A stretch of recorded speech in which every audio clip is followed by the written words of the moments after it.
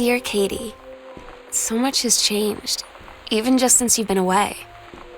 We moved into this house. I'm at a new school, and my big sister being gone for a year doesn't make it any easier. It doesn't feel real, but I'm not gonna let it faze me. I used to tell you everything, and if I can't do it in person, because you're off gallivanting around who knows where. Lonnie came over today, but everything was different. She was sitting at my desk chair, and she would... It's weird hanging out with girls. Daniel was around ever since I was little, and other girls? I don't know. But being around Lonnie is like instantly just right. Oh my God. You are so lucky you finished high school before we moved into this house.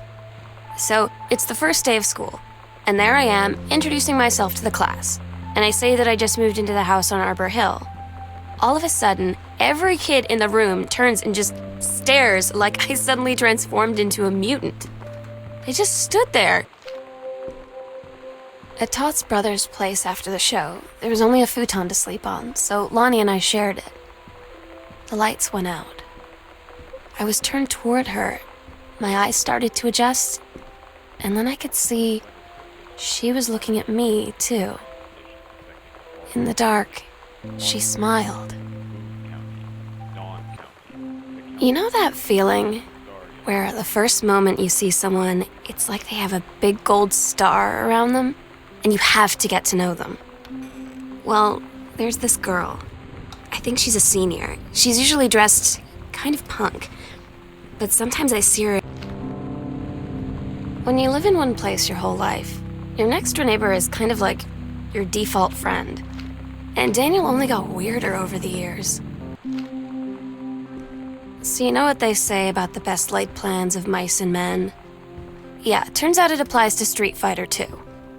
At least I worked up the courage to walk into the 7-Eleven and ask for a turn, but all that practice at home did not exactly... It's different now. I mean, we still hang out all the time like before. But now when no one else is around... I'm so stupid sometimes. I was telling Lonnie that I got into my college summer program. Todd's band lost their singer. Todd said he sucked. Lonnie said... They tell you to stick with the group on field trips, Katie. There's a reason for that. Lonnie and I snuck off on the side paths at Multnomah Falls and got a little lost. Okay, a lot lost. Like, for hours. Right before the bus left, we found a trail. I don't get Lonnie sometimes. Like, her band, and our zine, and her hair, and everything are all anti-authority. Katie, you know how Mom and Dad are. Not exactly super open-minded about things. It feels like every minute I don't spend with Lonnie. I had an interesting talk with Mom and Dad tonight.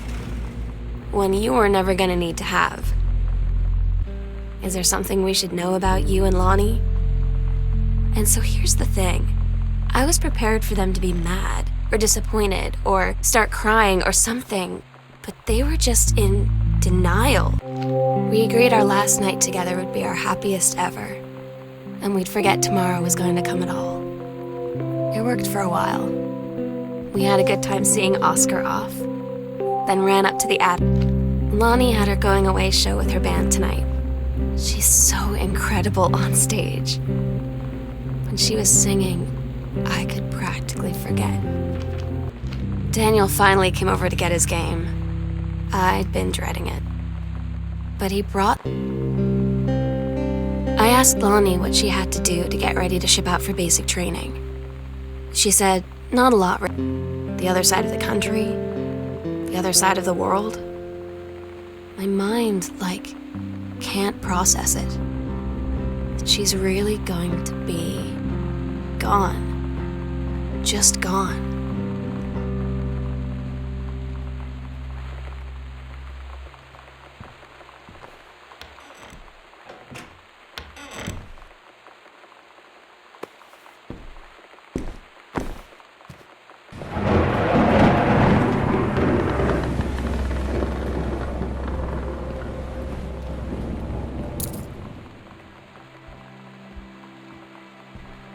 The sunset light in this house is the saddest thing I've ever seen. I just want to sleep. When I'm in the attic, it almost feels like Lonnie could still be here. She's just downstairs.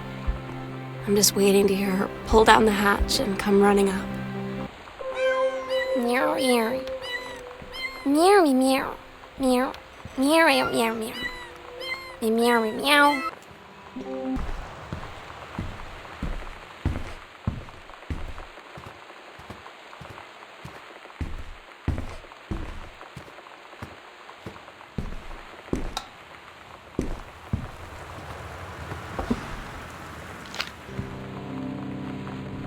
Sometimes you just have to lie to Mom and Dad. Like when Lonnie asked me to see a band with her and stay over at her friend's place in the city after. That's a lie to Mom and Dad's situation. But it was so worth it.